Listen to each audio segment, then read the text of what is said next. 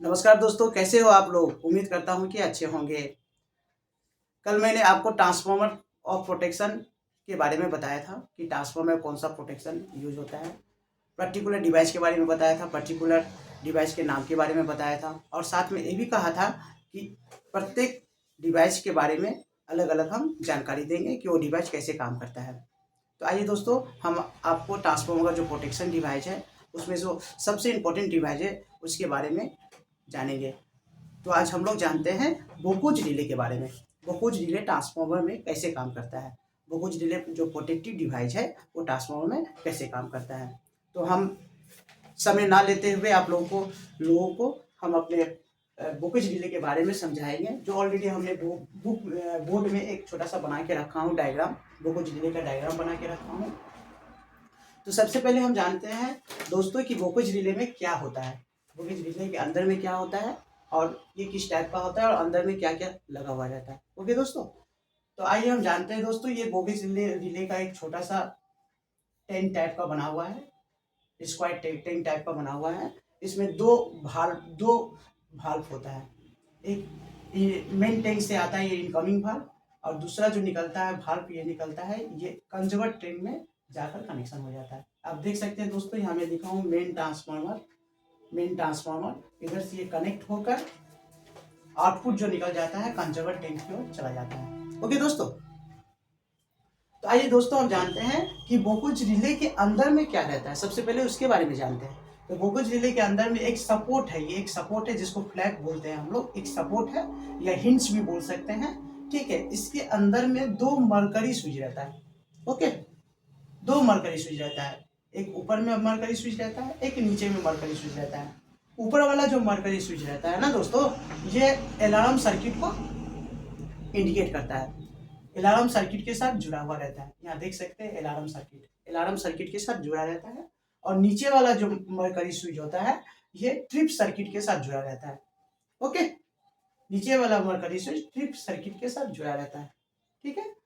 ऊपर में ये हमारा जो हो गया दो डम्बी रहता है, ठीक है। कंजर्वर टैंक के पास जो डम्बी रहता है वो बोकुज रिलीज भाल्व, ये बोकेज के अंदर में जो गैस जनरेट होता है उसको रिलीज करने के काम में आता है ये डम्बी। और दूसरा डम्बी जो ट्रांसफार्मर साइड में लगा हुआ रहता है वो मेन टैंक ट्रांसफार्मर के अंदर में जो गैस जनरेट होता है उसको रिलीज करने के काम में आता है।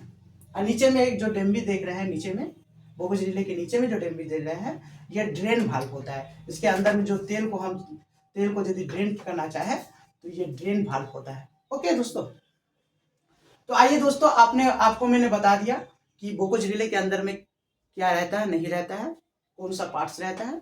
आज अभी हम जानेंगे कि ये काम कैसे करता है। ओके, काम कैसे करता है, ये प्रोटेक्टिव डिवाइस ट्रांसफार्मर में कैसे काम करता है।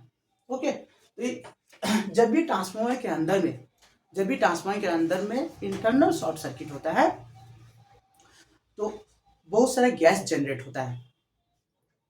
जब गैस जनरेट होता है, जिसमें आपको मैं कुछ गैसों का नाम बता देता हूँ। Nitrogen, oxygen, hydrogen, carbon dioxide, carbon monoxide, naphthalene, एलाथीन, बहुत सारा गैस जनरेट होता है। जब गैस जनरेट होता है तो ये गैस हमारे मेन ट्रांसफार्मर से होते हुए बोकुज रिले से होकर गुजरता है, कंजर्वर टैंक की ओर चला जाता है। तो आइए दोस्तों, आपके मन में एक सवाल होगा कि गैस कैसे जनरेट होता है। शॉर्ट सर्किट होगा, ट्रांसफार्मर के अंदर में तेल भरा हुआ रहता है, शॉर्ट सर्किट होता है तो गैस कैसे जनरेट होता है।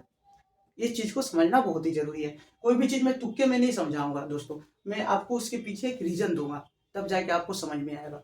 जब शॉर्ट सर्किट होता है तो गैस जनरेट होता है तो ये कोई भी गैस ऊपर की ओर जाएगा। तो हमारा जो बोकुज रिले लगा हुआ रहता है मेन ट्रांसफार्मर और कंजर्वर टैंक के बीच में लगा हुआ रहता है। और कंजर्वर टैंक में हमेशा हम लोग 50% खाली करके रखते हैं, 50% तेल रखते हैं और 50% खाली रहता है। तो गैस जब भी जनरेट होगा तो ऊपर की ओर जाएगा, और ऊपर की ओर जाएगा तो कहाँ से होकर जाएगा, कंजर्वर टैंक में जाने का कोशिश करेगा, क्योंकि कंजर्वर टैंक में ही 50% खाली है, गैप है, पूरा तो तेल भरा हुआ है। तो ये मेन ट्रांसफार्मर का गैस बोकुज रिले होते हुए जाते हुए कंजर्वर टैंक की ओर जाने का कोशिश करता है। उसी टाइम क्या होता है, ये गैस बोकुज रिले में एक्चुएट हो जाता है, बोकुज रिले को एक्चुएट करता है, एक्टिव कर देता है। तो गैस कैसे बनता है दोस्तों, इस चीज़ को पहले समझना है। सिंपल सी बात मैं बताता हूँ, एक जस्ट एग्जांपल देके बताता हूँ कि जब हम घर में पानी गर्म करते हैं तो स्टीम जनरेट होता है, उष्मा उष्मा जनरेट होता है। जब तापमान बढ़ता है, पानी का तापमान बढ़ता है तो भाप उष्मा उष्मा बनता है। उसी तरह ट्रांसफार्मर के अंदर में जब दोस्तों कोई भी इंटरनल शॉर्ट सर्किट होता है तो टेम्परेचर जनरेट होता है, और जैसे ही टेम्परेचर जनरेट होगा तेल के अंदर में तो वहाँ पर भी स्टीम जनरेट होगा, उष्मा जनरेट होगा। उष्मा जब जनरेट होगा तो भाप वो गैस के रूप में ऊपर जाने का कोशिश करेगा। तो ऊपर कहाँ जाएगा, कंजर्वर टैंक की ओर जाएगा, क्योंकि कंजर्वर टैंक में खाली है, जहाँ खाली मिलेगा वहीं जाएगा। तो हम आमतौर पर बोकोज रिले को गैस एक्चुएट रिले के नाम से भी जानते हैं। बोकोज रिले को हम गैस एक्चुएट रिले के नाम से भी जानते हैं, गैस डिटेक्ट रिले के नाम से भी जानते हैं। ये ट्रांसफार्मर का बहुत ही सेंसिटिव रिले है। बोकोज रिले जो है ना दोस्तों, ट्रांसफार्मर का बहुत ही सेंसिटिव रिले है, ठीक ना। तो गैस जब बनता है, मेन ट्रांसफार्मर में जब गैस बनता है कोई भी शॉर्ट सर्किट या कुछ भी प्रॉब्लम होने से, तो ये गैस जैसे ही बोकोज रिले से होकर गुजरता है ना दोस्तों, तो क्या होता है, तेल का लेवल जो है नीचे हो जाता है, तेल का लेवल नीचे हो जाता है, गैस ऊपर में फिलअप हो जाता है।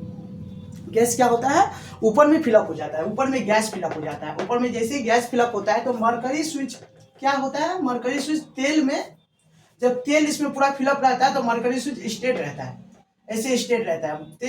तेल के दबाव से, तेल के प्रेशर से मरकरी स्विच सीधा रहता है।